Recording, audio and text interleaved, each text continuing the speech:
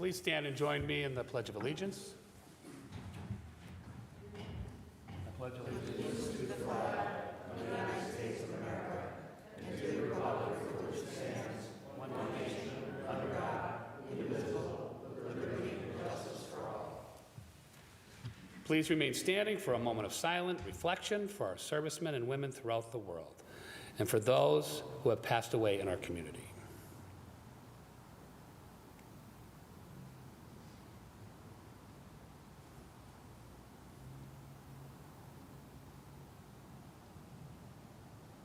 Thank you.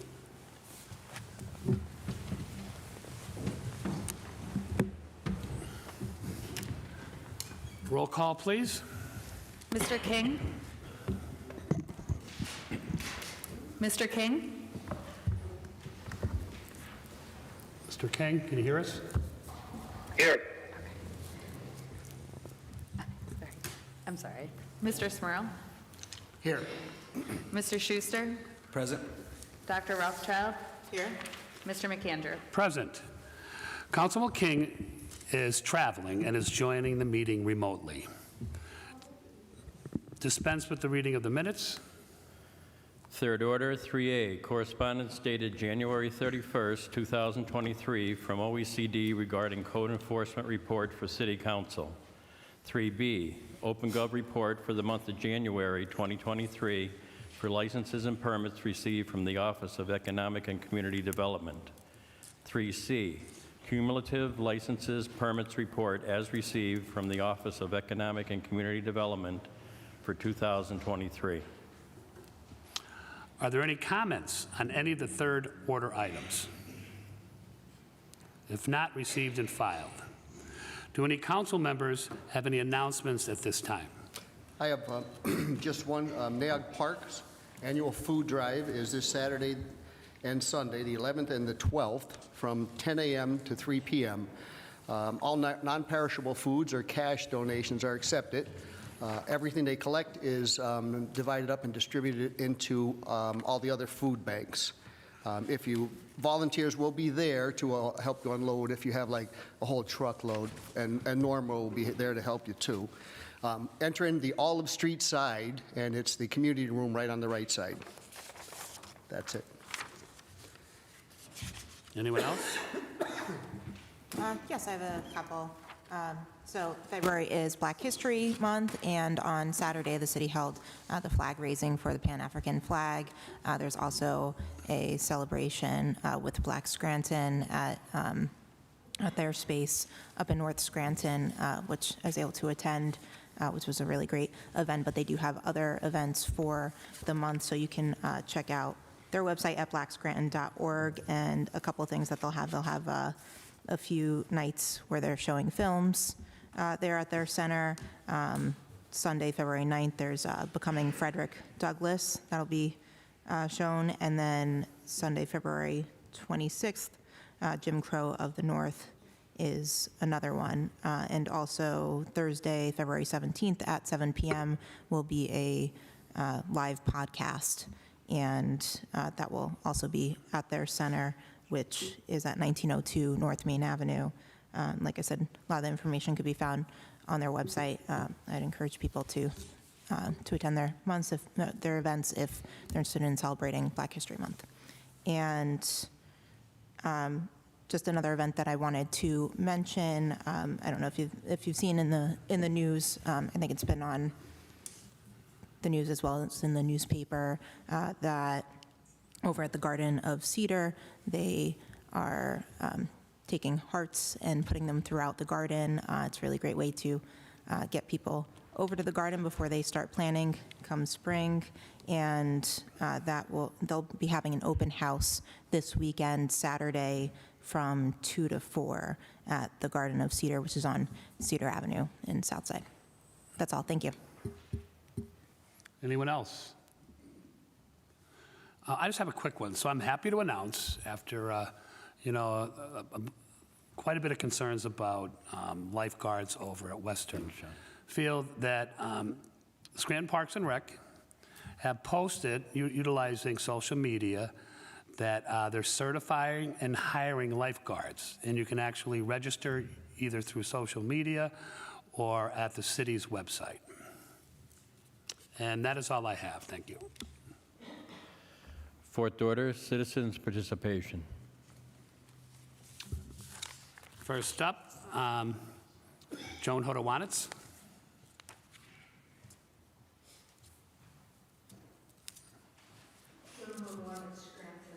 Do we have an update on the audit? Nothing since last week. Okay. Well, this morning I went to the bid opening for the next series of audits. It was an interesting experience. I had to basically fight my way into City Hall for a public meeting. Now, I didn't call ahead until I got here because, my opinion, if there's a public meeting scheduled during business hours, the public should be able to get entry to the building. Well, I finally got in, and turns out that there was only one bid made. It was by Clifford, Lawson, and Allen out of Pittsburgh. They're going to be charging twice what Kohansky charged, but that's neither here nor there.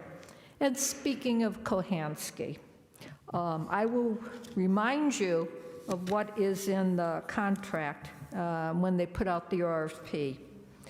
The city also expects the firm to dedicate sufficient resources to the completion of the work on a timely basis. If the audit is not completed by September 30th of the subsequent fiscal year, the City of Scranton may assess a 10% annual cost penalty on the contractual cost of the audit for the fiscal year in question if minimally a draft audit is not delivered by September 30th completion date. Now, Kohansky is doing its fourth audit, and every year it's been late, although I think this year they're going for a record, the latest audit in the history of Scranton, but that's neither here nor there. I would ask, I hope Mr. King can hear me, because I just see a little yellow light there. When he meets with the mayor, as he does, I understand, on a weekly basis, please ask her if she is going to direct her law department to assess this fine. If not, why not? It's taxpayer dollars paying Kohansky, and this is not monopoly money. And if they have not met the terms of the contract, we should get a fair share penalty back. They did this for 4 years, and to my knowledge, we've never fined them. And if the problem is on the city side, I want to know, because we need to fix it.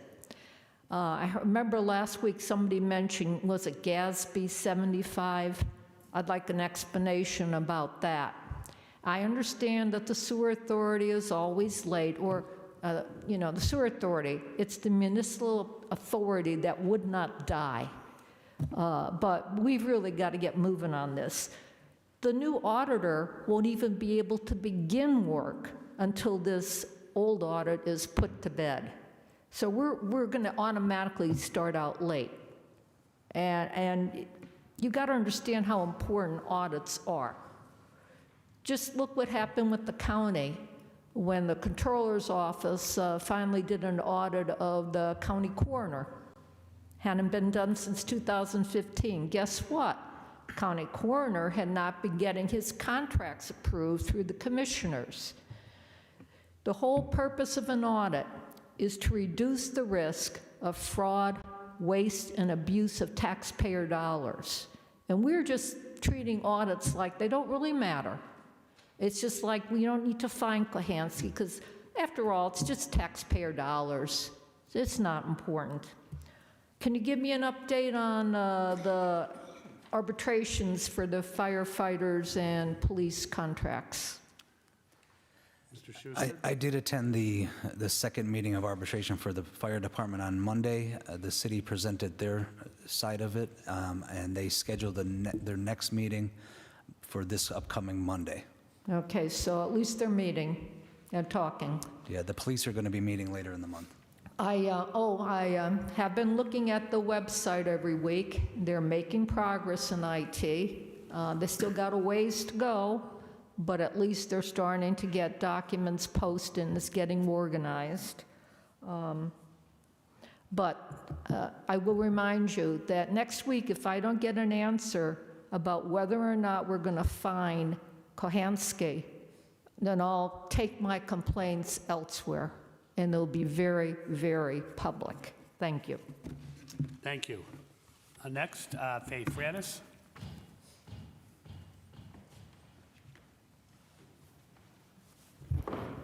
Faye Franis, Scranton. Last Thursday, I attended the Recreation Authority board meeting. It was quite impressive. Mr. Gattens, Bob Gattens, he really knows how to run a meeting. I think other boards and authorities should take some pointers from him. Norma Jeffers was there. She's a member of the board. She was quite impressive as well. Barb O'Malley, it was very well run. I was really impressed.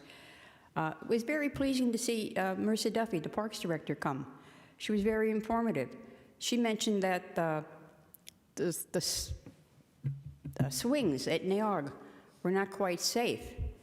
And it just makes me wonder that if the gem of the city, Neog Park swings, are not safe, what would the other parks be like? And Ms. Duffy mentioned that she was a certified inspector. So I would like to see if she would please maybe inspect all the other parks for any faulty playground materials, swings, anything. It would be very helpful considering that she's an inspector and she's certified. What I want to speak to you tonight is about, I gave you some pictures and a letter to the Scranton Times. Mr. McAndrew, would you please pass those pictures around to other members so they can see them as well, so they know what I'm speaking of? Sure. I'd appreciate it. Speaking of what Joan said about abuse of taxpayers' dollars, well, that's what I'm going to speak about, in my opinion. Abuse, deception, fraud, and deceit. Deception, fraud, and theft of services. The people in Scranton pay a garbage fee, but the commercial businesses and the bars do not. But yet the DPW is picking up recyclables at bars all the time for years, and it's not stopping.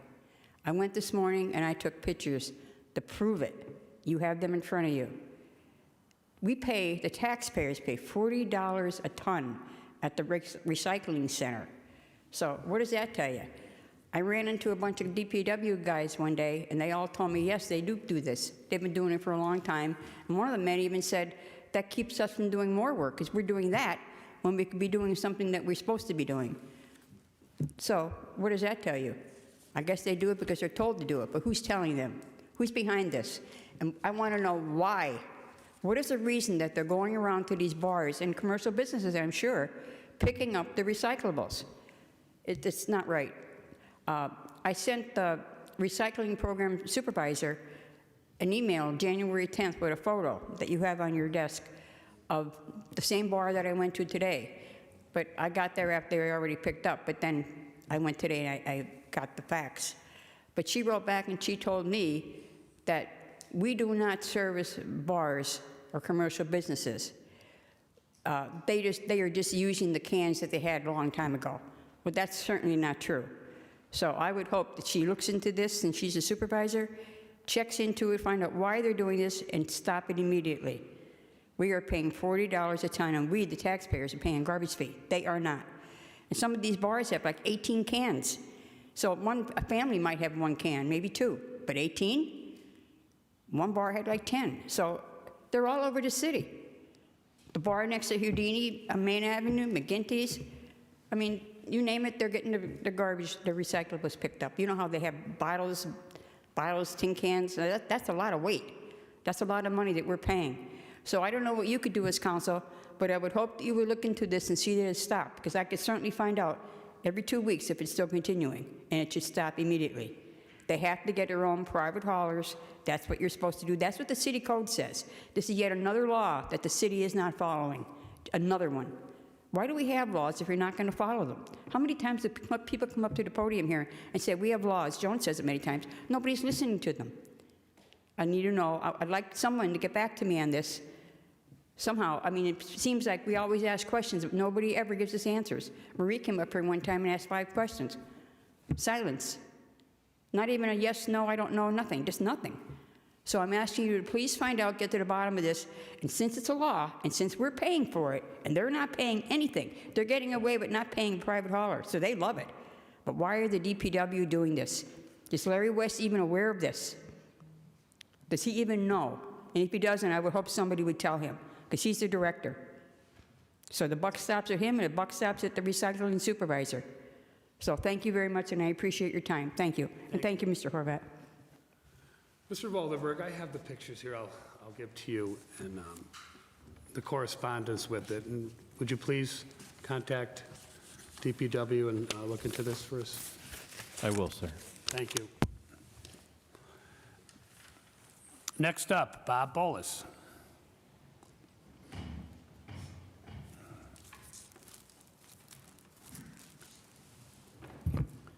Evening, Council. Bob Bolus, Scranton. Under the rules of council, you know, we have things set down for the people if they say something out of line or something like that. What happens if the council president violates the rules of council? Who removes him? I'm not sure of that answer. Pardon? I'm not sure of that answer.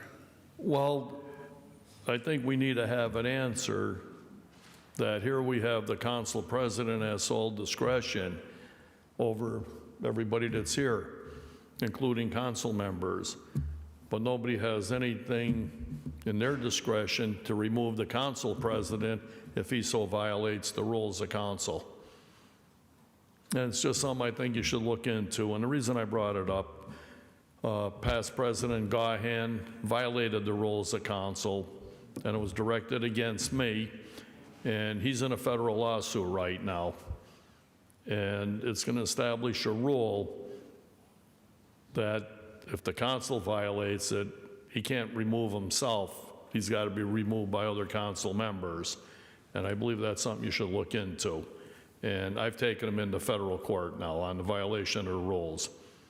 It's people like this that shouldn't be representing people and be in a position of authority and dictatorial to people that come here. After all, we are the employees, or the employers rather, of the council. You're here to represent the citizens of the city, not represent yourself. So that was just something he had pulled, and I just thought I'd bring it up. It might be something that should be changed, and you are the powers that could change within yourselves. If we look around here and see what's been going on, there's no question the money coming into this city, put a pullback in NAOG. Enough of the stupidity and nonsense that we've seen going on, filling it in with dirt and doing everything. Take the dirt out, put the pool back, give the people in this city a pool, not a stupid splash park. It's the most idiotic thing I've seen or ever heard of in the history of this city. Next off, I think we should turn around and take Biden's name off Interstate 81, off the expressway, and off downtown Scranton. He's made a laughing stock of all of us in this country. Look at the ignorance and the cowardliness on his part to shoot the balloon down. Well, it goes right across our country. This isn't a guy in power. This is a guy in confusion. And it's unfortunate he came from Scranton, but he did very little for Scranton. And we need to make changes, and you're the powers to do it. But don't embarrass all of us. Put it on a referendum in the primary coming up and let us vote who we want and what street we should have. It's the only right thing to do. And it's about time everybody took the courage to stand up for all the people, not a select few. And Griffin Pond, I know we have to put a lot more energy in helping up there. I've donated thousands of dollars of fresh pet dog and cat food to them, and well as to the cat place in NAOG. We have a great relationship with them, so they call us when they have the food and we pick it up and deliver it and see that they get it where it's got to go. But they do one hell of a job, and they take a lot of abuse from a lot of people for no reason. I have trailer loads of disinfectant wipes that we're donating out. All they have to do is call my office, make arrangements to get them. The charities or anybody that wants them could have them. And we're trying to do as much for the people in this community, considering what's gone on.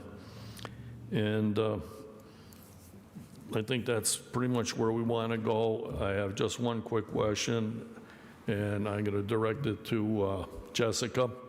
If she had made a decision as to identify her profession as we requested. I responded a few weeks ago at the meeting you were at previously, but I think you had left at that point. It was in fifth order. But no, I'm not planning on changing the nameplate that's below. Okay, so you're just going to leave it as such, and would you have the right to call yourself doctor? We understand that. But I think it's a misrepresentation to a lot of the people in the medical field that are MDs and professional doctors, and it was just a courtesy to them. I have a lot of friends, I have family, and I think it's a courtesy to all them. They're the ones that prescribe us to go to PT.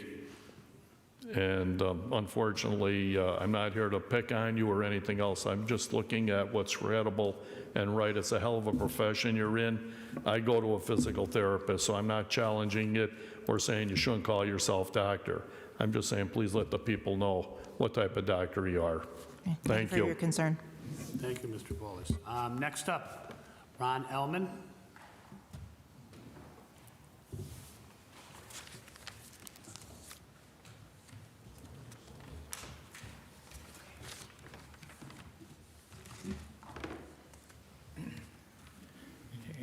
Good evening, Council. First off, let me remind Council I am probably the second largest plagiarist in Lackawanna County. So much that I say here is I repeat from hearing during the week or so forth. Now, Debbie Dynamic is probably the best known recipient of what's known in our circles as phone calls for favors. This probably been going on since the invention of the telephone. Fortunately, for the ones on the receiving end of the phone call, it couldn't turn out better. If you're on the other end, like I have been once or twice, it can be a very expensive, needless waste of time and money for such small, trivial things like rubbish.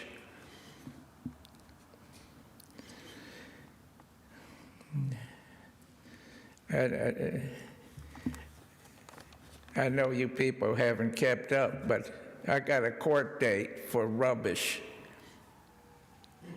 Ever heard of such a waste of time and money like going on? All the things going on. Last week I talked about just the block that I live on, all that's happening. Did anybody lift a finger to investigate it? Did anybody get in a car and go look at the yards tore up? I ask you, and when they reset my house, how could I get the fact over that it's worth half as much as it was a few years ago because of a couple houses on my street? Nobody seems to care. The council,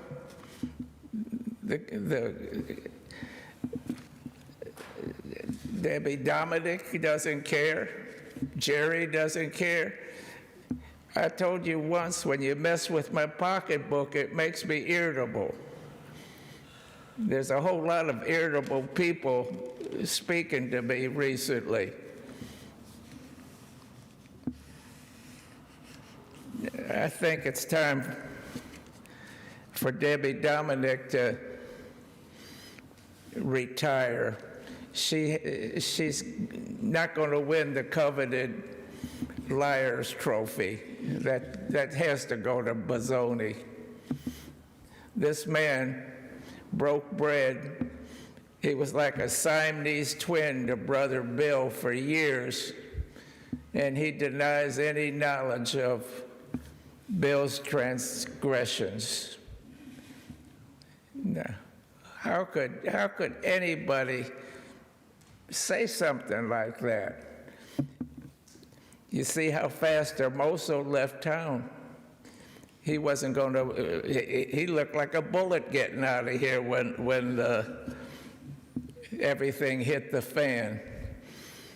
But not Bozzoni. I'll give him credit for this stupendous display of denial that he didn't know nothing. Is this the caliber of people we need working for this city? Look at what Alaski's done to me over rubbish.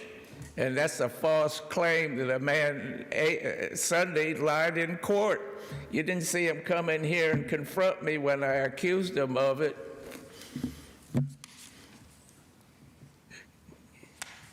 You know, the city,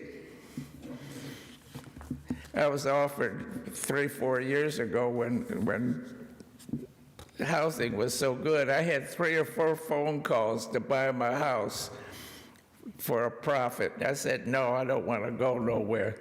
I really wish I'd taken it now and done you a favor and done me a favor. Now it's not worth what it was then.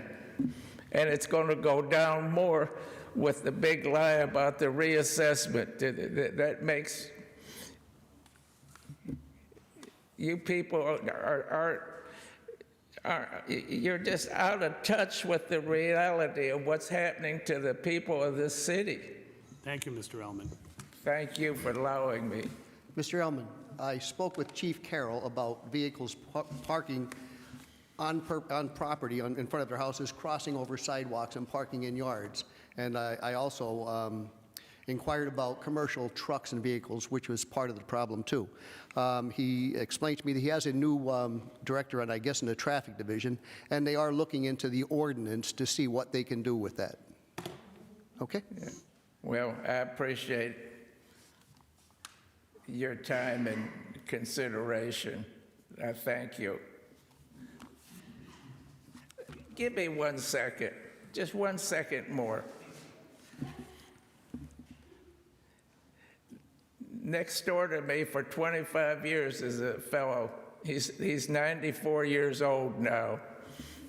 The people that got thrown out of the house next to me that caused all this commotion to start with moved in with this 94-year-old man. I haven't seen him in a month. I phoned the police last Thursday. They never told me what happened. Everything he's done for 25 years has stopped. Breakfast, he has a new Cadillac he drives around. Everything is different. Sunday, I knocked on the door. The people refused to open the door and let me speak to him. This is what I'm saying. Here, I tried to do the right thing, and nobody gives a damn about it in this city. The police don't care. Nobody for the senior citizen cares. What are you supposed to do? Your time is up. Thank you. You can elaborate. Your time is really up. You can elaborate next week. All right. Thank you. Thank you. Next up, Jonas Crass. Crass.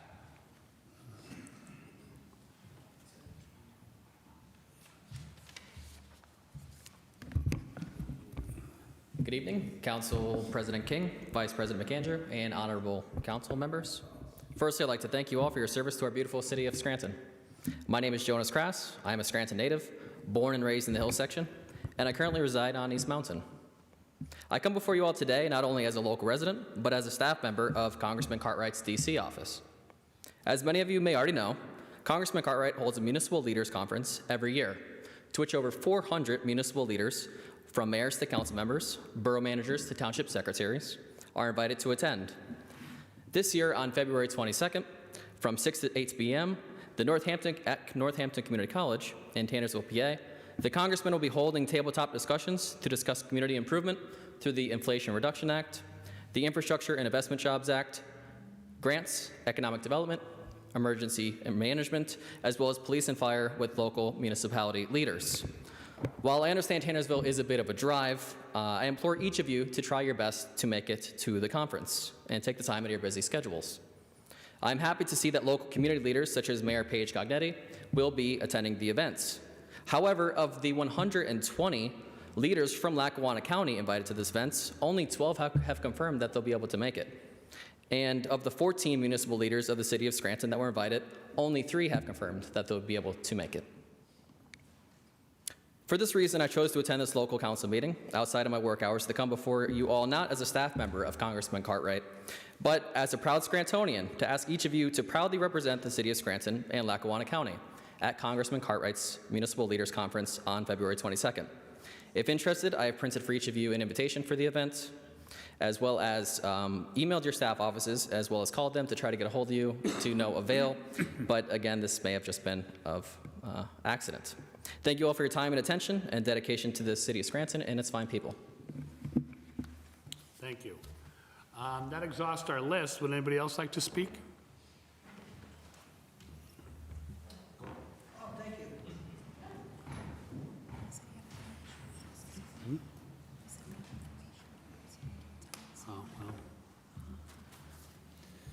Good evening. I want to thank you for allowing me in here. It is my very first time coming to a meeting like this. My name is James Hogan.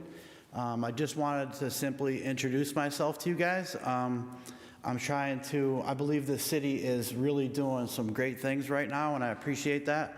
I have a heart for the homeless, and I'm a pastor, I'm a minister to them, and behind the scenes, we've been really quiet for a couple years now, but we're starting to really grow, and I'm getting a lot of people to come down and help and mentor them and things. And I just wanted to introduce myself to you. We're gonna start to, people will start to see us now. I'm trying to be not, humble as I can, but it's a big thing. It really is.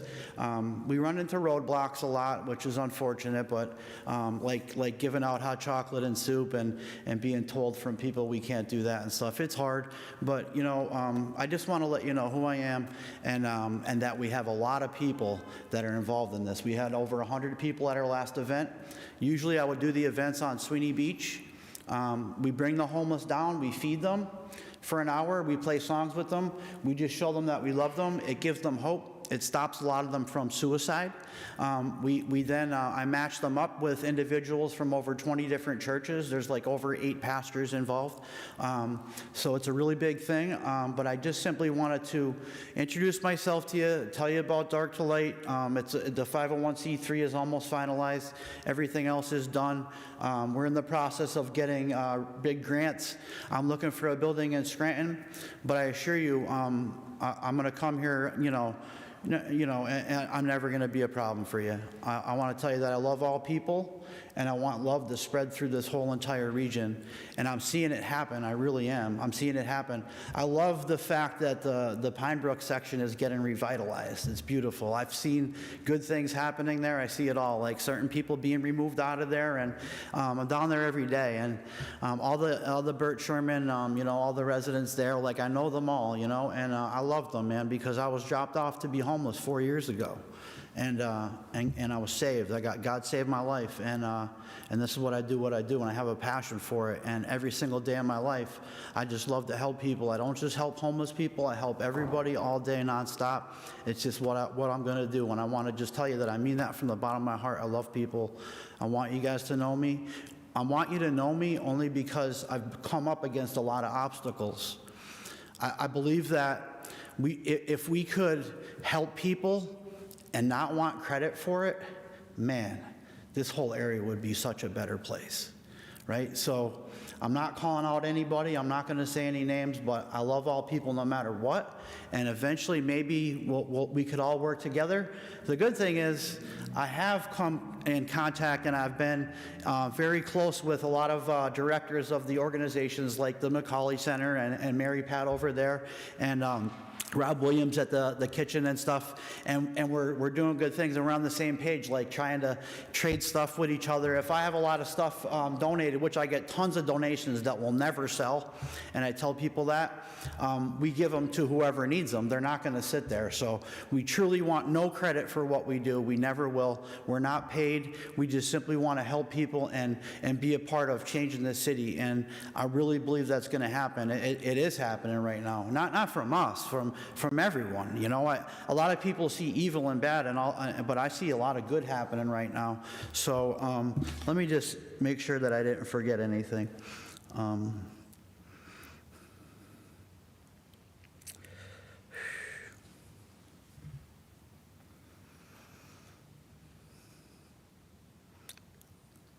Pretty much said everything. I do have, one thing I missed was I have relationships with probably 95% of the homeless in the city, from getting them phones to getting them jobs at Walmart. We have deals with both Walmarts, the Targets. They also donate lots of money to me at a time. Everybody's buying into it, and everybody's becoming a part, and it's so beautiful to see that people actually care out there. So I'm praying that everything continues to grow. But I just wanted to introduce myself to you and tell you that I sincerely love everybody, and even the people that are giving me these obstacles and getting in the way for their own credit or whatever it may be. It's okay. We're still going to love them until we could all get along. So that's all I have to say. Thank you for your time. Thank you, and thank you for your work. Before I call the next speaker up, Mr. Kress, did you want to leave materials? Did I cut you off at some point? I apologize. Why don't you get to Mr. Voldenberg? That'll be fine. Sorry about that. Okay, would anybody else like to speak?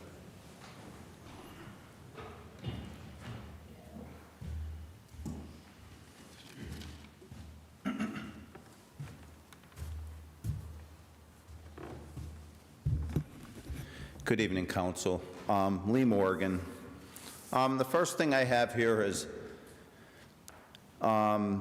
I intend to sit down with Jimmy Connors, the former mayor of Scranton, on ECTV and do videos with him. And I just think that maybe the community should tune into ECTV and watch that. As far as the Frank Scavo videos, I don't see the reason why they came down, and to be honest with you, Chris Kelly and the Scranton Times, I appreciate their opinions, but maybe the Scranton Times should give me a little bit of space on their newspaper instead of coming in and wanting to sit down with me and Frank Scavo, because I think Chris Kelly got this whole thing wrong, and I think his comments were his own, and it's his opinion, but it's not fact. So the Scranton Times can reach me at any time, 570-604-1212, and I challenge them to offer me the opportunity to put my public comments in their newspaper. And I think that bullying on a little TV station called ECTV, where you can make comments and scare people and get them to remove videos, isn't the way a newspaper should operate. The other thing I have here is I had an opportunity to be on WILK this week. Nikki Stone offered me the chance to come in and talk, and I sat down with her for a couple hours. I really would hope that the city and the council and the mayor, like I said on WILK, I think the mayor made a big mistake by removing the slide. You know what? You can't revisit the past. Okay, the city can replace the slide, but we have to move forward with a pool project. I don't think it's realistic the way the park is funded by the city, and I think the city has an obligation to fund Naog Park instead of relying on donations and the recreational authority. I think the recreational authority is doing a great job, I do have faith in its new members. I really think that the council needs to sit down, the mayor needs to sit down, and the rec authority needs to sit down at a table. I'd like to offer them the opportunity to come to ECTV and sit down with me and have a discussion, not because I'm important, but because I want to see a pool constructed, and I don't have any time for politics. None. I think it's time for the government itself to realize the obligation they have to the children in this city to have a safe place to learn to swim, okay, and to play. And I think it's time for the mayor to realize that she's made mistakes. It's time to rethink where she stands on every issue. And I'm extremely concerned about Parks and Recreation going into NAOG and doing landscaping, because I see what's happened at other city parks. The one across from Anthracite has just been completely, I can't understand why somebody take down a fence that's a barrier to protect children from animals or from chasing balls in the road or whatever it may be. And we've just lost our way as a city. We really have. There's a lot more issues to discuss. And if Nikki Stone offers me the opportunity to come to her channel, I will. But I think that when you listen to the comments she's received, I think there's a lot of support for the things I'm saying. And I'm sure there's some detractors too. But you know something? I think our government has not served us for a very long time. And we need a government that can do that. We need a government where we have a council that can answer questions and take criticism and not ignore the residents. And we don't have that. We have a lot of people who run for public office, but I don't think they understand what their obligation is. And we need a city government to reach out to the Scranton School Board and help them to craft a plan for the reconstruction of the school district. You can't put all this weight on the school district because we all have to work together. The children deserve to inherit something worth owning. Thank you. Thank you.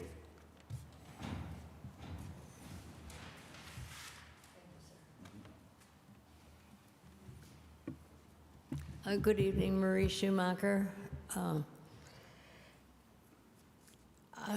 Is there anybody there who can tell me how many exempt from paying property taxes there are in the city? How many businesses or the percentage? No, number of them that do not pay property taxes. That's information we can get you, but I don't think anybody sitting here has the exact number. Okay. How many do you think pay pilots? Not a lot. Payments in We lieu of just got a list. taxes. Not I'm a lot. sorry, I Not shouldn't enough. speak with acronyms. Pardon? Not enough. Believe me, we just got the list recently, and it's Okay, take a guess.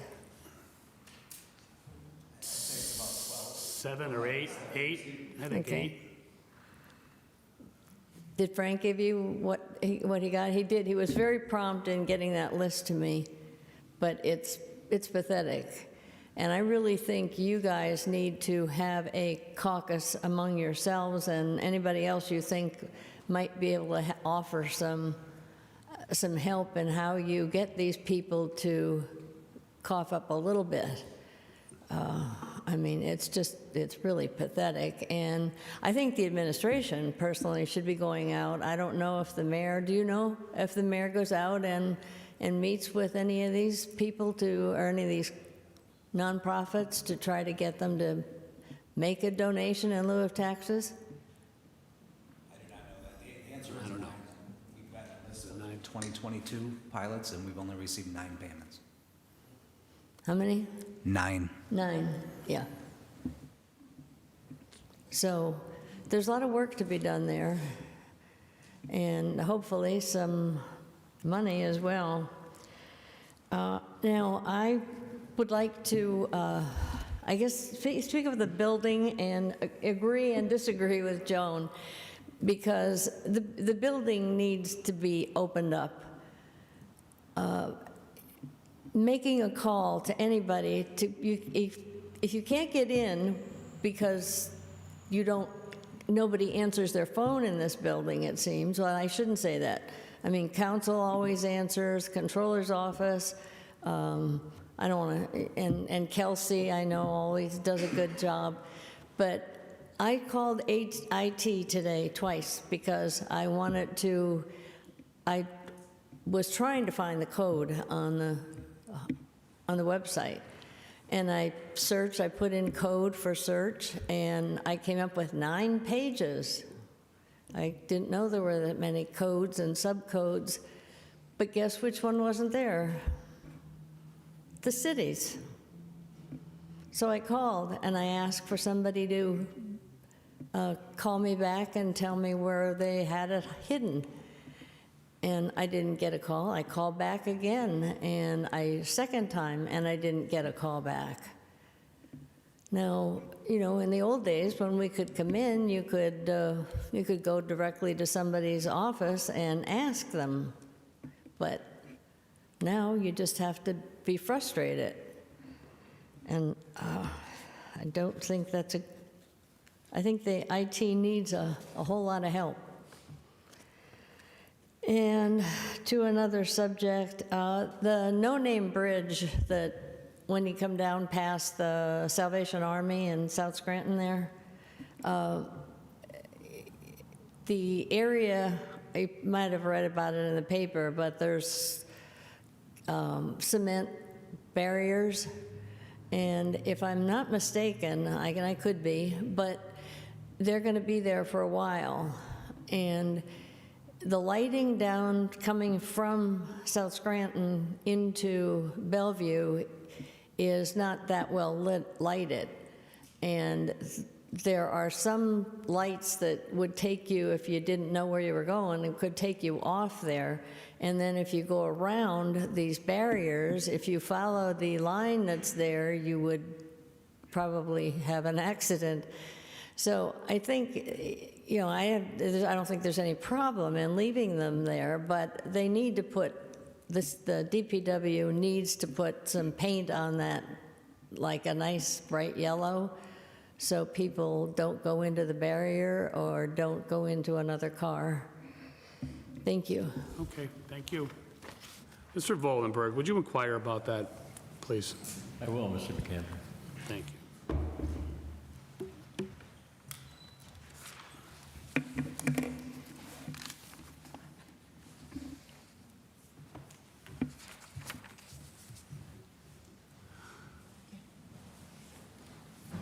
Thank you.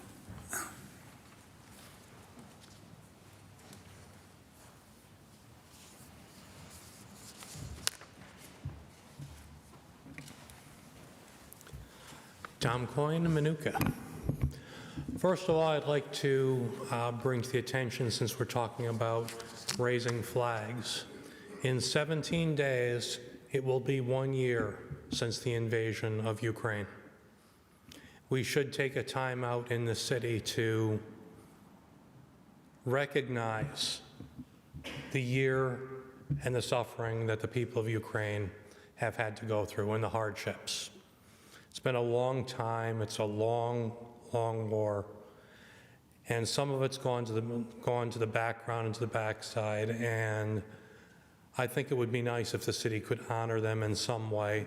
The Ukrainian church is prominent here, as well as Chamberlain, the munition plant, is actually supplying a lot of the military armaments as the shells that go over there, as there was an article in the paper specifically about that. Now on to a few different subjects. I brought up to this body information on electric cars. I have to go back to Mr. Donahue and his speaking before this body. Originally, there was a grant put through for 5 or 10% of the price for electric cars and for installing electric charging stations. There was no decision on where or when. It was just a small money to get the ball rolling. I had put forward that I had heard that the money was going to be coming out of the Recovery Act. It's not coming from there. Whoever gave you the information, that's bad news. Well, surprisingly enough, $900,000 appeared listed in that fund for those electric cars. A lot's changed about electric cars and our knowledge of them in the past couple of years. From 81 or 84, and the car catching on fire as it was driving, the electric car, taking 12,000 gallons of water and 2 hours to extinguish. In the packet, I have buses overseas that spontaneously lit on fire and lit not one, but 3 buses next to them and burned them into non-existence. Are we going to put these charging stations possibly at the DPW yard or Sorrento Center? I hope when one of those burns down and takes the equipment around it, the city of Scranton is not only ready for the insurance claims for all of those properties and all the equipment nearby them, but an increased insurance rate, because to cover it will not be a cheap cost. They're out of garages for very specific reasons. When they burn hot. When they're sitting charging, they light themselves on fire. When they're driving down the streets, they ignite. If we had cars spontaneously combusting in garages, we wouldn't go, it just happens. I think we did that with the Pinto once. We also have electric charges. Electric right now, when you look at gas and electricity, electric costs just about as much to charge a car up as gasoline at this point. It's no longer a cost savings unless you're running a charging station out of your home itself.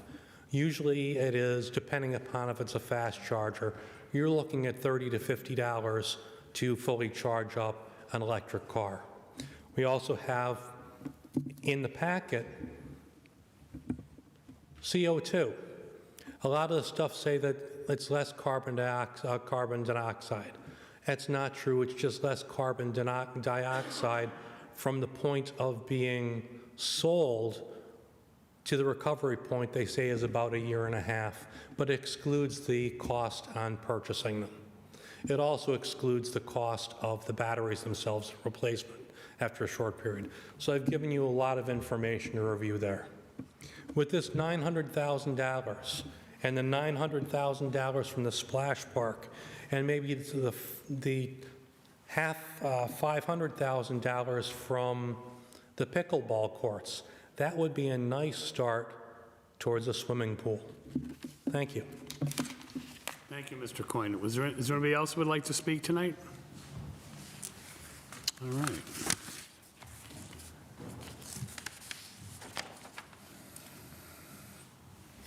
Fifth order, 5A motions. Mr. Smurl, do you have any motions or comments? Yes. First is I'd like to congratulate Scott Petroface. He's been appointed to the director of DPW. I met him a few weeks ago, and he seems pretty competent. I believe he'll do a good job for the city. And I would also like to thank the mayor for appointing somebody that lives in the city of Scranton. Also, Mr. Voldenberg, since we have a new DPW director, may we ask him if we are picking up recyclables that we shouldn't, if they would stop it? I'll ask that question, sir. Thank you. The walkability study has begun. If you are downtown, you will see some cameras that are on poles. They are monitoring, naturally, the areas that they're going to be studying. We do have a map of the streets that they are thinking of changing and the stop signs and stuff. If anybody wants a map like this, just either email Mr. Voldenberg or see me at the end of the meeting and I'll get you one. And it'll show you what's going on there. And also, Mr. Voldenberg, if you will ask Director Duffy, I believe she's certified in inspecting playground equipment, if she will inspect the equipment at Naog Park and send a report back to council if there's any deficiencies in the existing equipment there. I will, sir. Thank you. That's all. Mr. Schuster, do you have any motions or comments? So a few comments. First off, Mr. Voldenberg, can you please send correspondence to HR as well as the BA's office to ask, as well as the mayor, to ask one of the comments that was brought up tonight in fourth order. And I think I probably know the answer, but if we could ask it anyway, will they look to implement the 10% penalty on the auditors for not having the audit completed by September, as well as an explanation of why the GADB 75 wasn't on time? I know I had some correspondence back to July about that, specifically because it's done every few years, and I never really got an explanation of why that was the last piece of information the auditors needed. That's the first one. The second one, we did get an update. I think Dr. Rothchild will probably update us with that. But Eileen Cipriani is going to come in and give us an ARPA update at some point. They're just waiting for the final rules to come out on that. I do think some good points were raised tonight when it comes to funding for a pool. When looking at the ARPA plan that was done some time ago, there are a few things on there that I think need to be reviewed and possibly updated, things that may not make sense at this point in time, that we may be able to shore up some funds. I know I spoke about the electric vehicles when it was first put on the table. I mean, unless we're buying vehicles every 5 years, I think it's going to be a headache that the city gets into. I know once you buy new batteries for these vehicles, all the savings you've accrued in those 5 years is out the window. So I really don't think it's something that the city should be getting into. I do know that we do have some grants, but those grants don't even touch the final cost of what it's going to be. So I do think it's going to be a silly situation for us to get into. And then I do have a few other things that I'll bring up with Frank. I mentioned a few in caucus, but I'll follow up on with you, Frank, and we'll take care of them over the week. But thank you. Thank you. Dr. Rothchild, do you have any motions or comments? I don't really have too much to add in terms of the ARPA updates. Hopefully the final rules will be published soon, and then Ms. Cipriani would be happy to come in and provide us with an update, and we could see if there are any other possibilities that money could be used towards.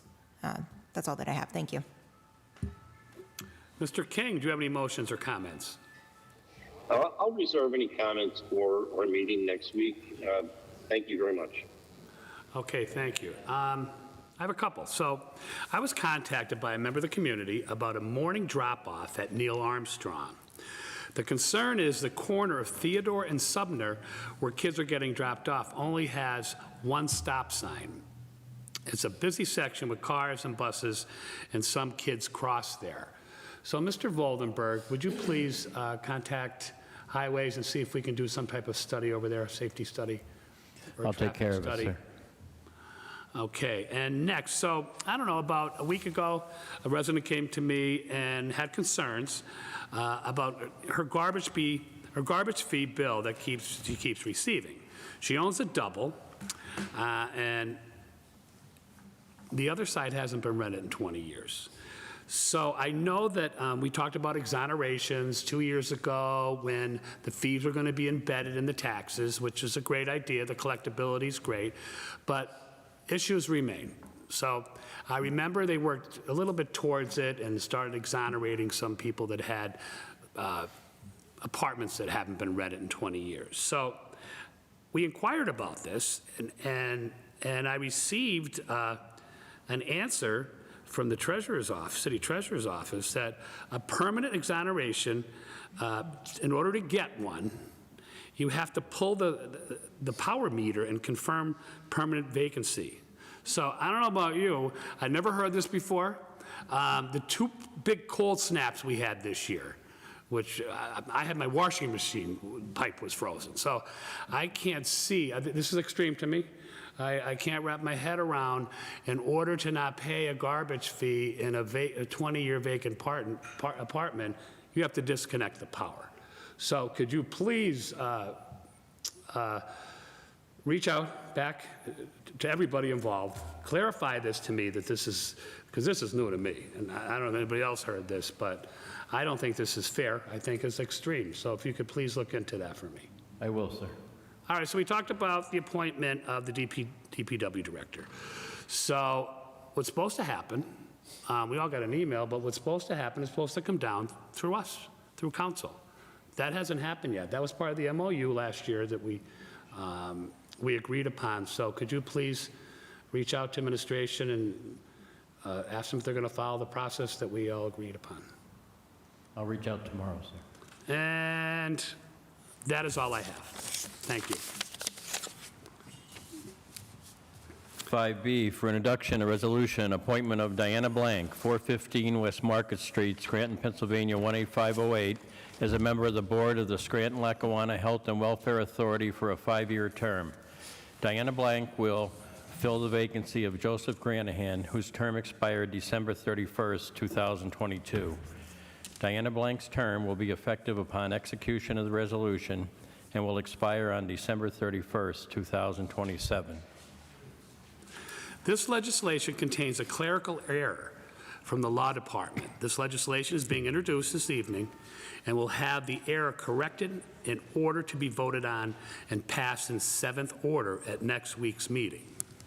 So at this time, I'll entertain a motion that item 5B be introduced into the proper committee. So moved. Second.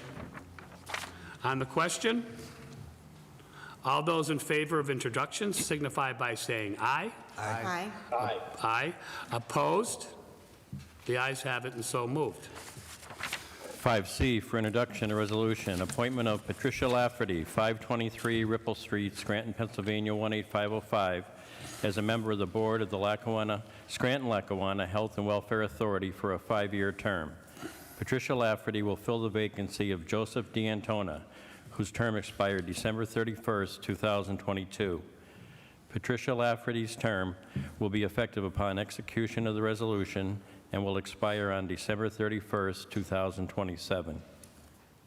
At this time, I'll entertain a motion that item 5C be introduced into its proper committee. So moved. Second. On the question? On the question, I know there's going to be a couple reads of these, but I'd like to thank Mr. Granahan and Mr. D'Antona for their service and welcome the new members aboard. Same here. I want to thank them. They've done a great job. I think they really wanted to stay, but that's not the case. All those in favor of... I'd like to thank Mr. D'Antona for his many years of service as well. Thank you. Thank you. All those in favor of introduction signify by saying aye. Aye. Aye. Opposed? The ayes have it and so moved. 5D for introduction, a resolution ratifying and approving the execution and submission of the grant application by the City of Scranton to the U.S. Environmental Protection Agency's Consumer Recycling Education and Outreach Grant Program for up to $808,438.55 to be used towards the city's It's Easy Being Green recycling project. At this time, I'll entertain a motion that item 5D be introduced into its proper committee. So moved. Second.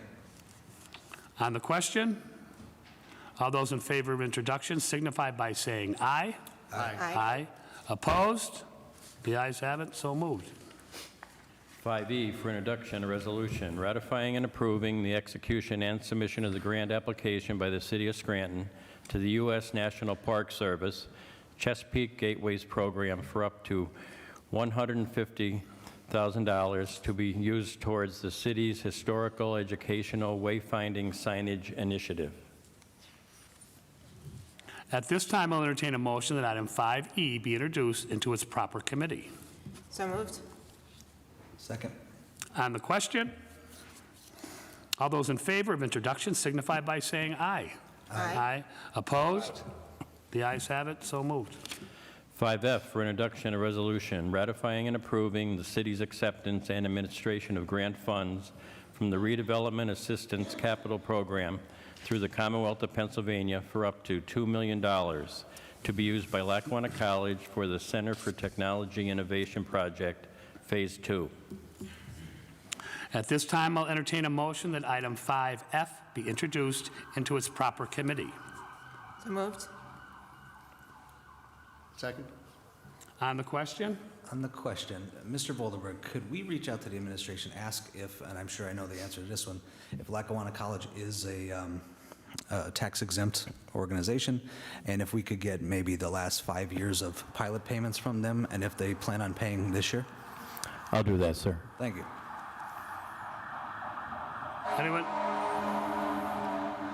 Anyone else on the question? I agree. I mentioned this in caucus also. We're talking about pilots. This is a nice piece of change they're getting for phase 2. So maybe they forgot to send us a check, so look into it. On the question, all those in favor of introduction signify by saying aye. Aye. Aye. Opposed? The ayes have it, and so moved. 5G for introduction, a resolution ratifying and approving the execution and submission of the grant application by the City of Scranton to the Department of Conservation and Natural Resources for the peer grant for up to $18,000 to be used towards a management study of the city parks. At this time, I'll entertain a motion that item 5G be introduced into its proper committee. So moved. Second? On the question, all those in favor of introduction signify by saying aye. Aye. Opposed? The ayes have it, and so moved.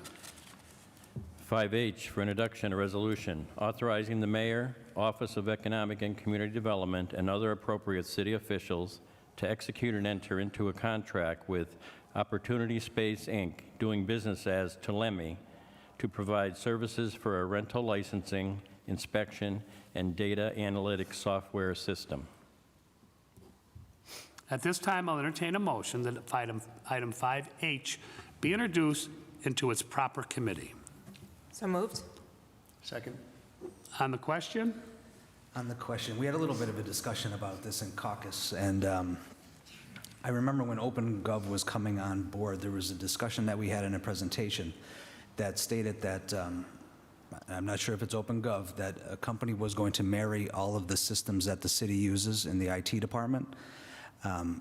Mr. Voldenberg, I could send an email, but if you would also send correspondence, was it OpenGov that, was it part of the OpenGov contract that these systems would be married to communicate with each other, or was this part of the Bedrock contract?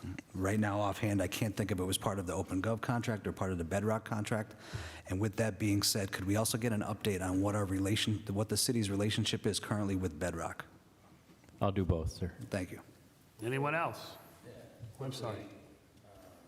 After looking at the backup, it's kind of it's not kind of, it is an incomplete bid, it looks like. I don't know if legal just forgot to attach the rest of the backup, but there's no certificates, there's no bonding or anything like that. So whether you want to introduce it or not tonight or table it, that's up for you guys to decide right now. But we need to get more information for the bid to be complete, to enter into the contract. I agree. Let's get this information before it reaches seventh order. Okay? Also, Mr. Gallagher, we discussed in caucus about the other bidders, the other bid. Yeah, they should be sent down as well. All right, thank you. Okay. Anybody else? On the question, I did just want to point out that this would allow us, like this program would allow us to communicate externally, not just internally like OpenGov does, but externally with the tax assessor's office, or to gather data from the post office to help us to better identify rental properties or how many rentals there are in a property, because right now there are a lot of issues with that, where they're looking into, say, a property that they pay a trash fee for 3 apartments, but there's actually 6 apartments actually at the place. So it'll help fill in the holes for data like that. And OpenGov just doesn't seem to have the capabilities for that wider scale that they're looking for to help with the rental program. So I believe that is the reasoning behind this contract. That's all. Thank you. Yeah, I mean, I would agree with that, but I mean, when we're looking at some of the contracts we've already had, just to make sure that they're keeping up their end of the bargain. So if this was something that we didn't move forward with, or we've separated with Bedrock, that's one thing, but if OpenGov is supposed to be doing some of this work, I'd like to see that they're fulfilling their part of the contract. I agree. I have no problem with looking back into our OpenGov contract. OpenGov was one of the bidders on this, but it didn't seem to be any different from what they had in the contract that was going to offer what we were looking for as a city from what I've been informed. But I agree. That's interesting, because OpenGov was supposed to be the end-all, be-all for us, and obviously, maybe that's not the case. Anybody else? All those in favor of introduction signify by saying aye. Aye. Aye. Aye. Opposed? The ayes have it, and so moved. Sixth order, 6A, reading by title, file of council number 51, 2023, an ordinance amending the membership provisions of the Housing Board of Appeals. You've heard reading by title of item 6A. What is your pleasure? Mr. Chairman, I move that item 6A pass reading by title. A second? On the question? On the question, this board, I was chair of this board for many years, and usually boards are easy to fill. This board, however, has specific qualifications, and that's controlled by the UCC, Uniform Control Code that the city adopted. So the restrictions are you must be either licensed, work in the field, be an architect, an engineer, work in the trades. There's a lot of things like that. And also, if you you are on this board and you make any decisions on any properties in the city which are condemned or are on the demolition list, you are not allowed to work at them or bid on them. So being a contractor on this board, you lose a lot of work if that's the type of work you do. And while I was on the board, there was normally, if you look back, there were only 3. Very few occasions where there are 4. So with the difficulty of getting 5 full-time members and 2 alternates, I understand the cities look to change this to 3 with 2 alternates. As long as there are 3 people on the board, say, and 1 isn't going to be there, and you have another alternate. So just so you have 3 people at all times, that would be great. And that's why we'd be voting to move this. That's all I have. All right, I'm going to be voting against this tonight. Looking to change the amount of people on this board from 5 to 3, I feel there's some concerns that I have. I don't want to see a quorum of 2 where maybe there's a split vote. And I think with this, it doesn't guarantee, we're not guaranteed 2 alternates. Currently, we have 5 members with alternates. I think there's more of an opportunity to have more opinions. When it comes to this board, I do understand it's hard to get members for the board. However, with the current makeup, it would guarantee that we have 3 members voting. With the new makeup, we wouldn't be guaranteed that there would be 3 people seated. So I will be voting against this. Anyone else? On the question, I will be voting for this. I understand the difficulties that this board has in getting 5 full-time members and 2 alternatives, and that may be a stretch considering the requirements for this board. I haven't really heard of any other alternatives on how to fill this board. So for that reason, I'll be voting for it. Okay, I'm voting no, and I'm going to tell you why. I mean, first of all, the zoning board has 5 members. Why can't we? And I understand it might be hard. Work a little harder. Fill these seats, because at the end of the day, a quorum is 2. I don't like that when you have 3. So I feel there'd be problems with that, because the zoning board, makes all these decisions, I think, based on 5 thought processes. I don't want to leave it to 2. So I'm just not comfortable. If there was something written in there where a meeting can't occur unless there's 3 members, I'd have an appetite for it. But I don't want to see a meeting with 2 members. And alternates, alternates are alternates. They don't always commit, and they're not always reliable. I'm not saying anybody individually, but for them reasons, I'm voting no. Okay, so anybody else? You've heard reading by title of item 6A. What is your pleasure?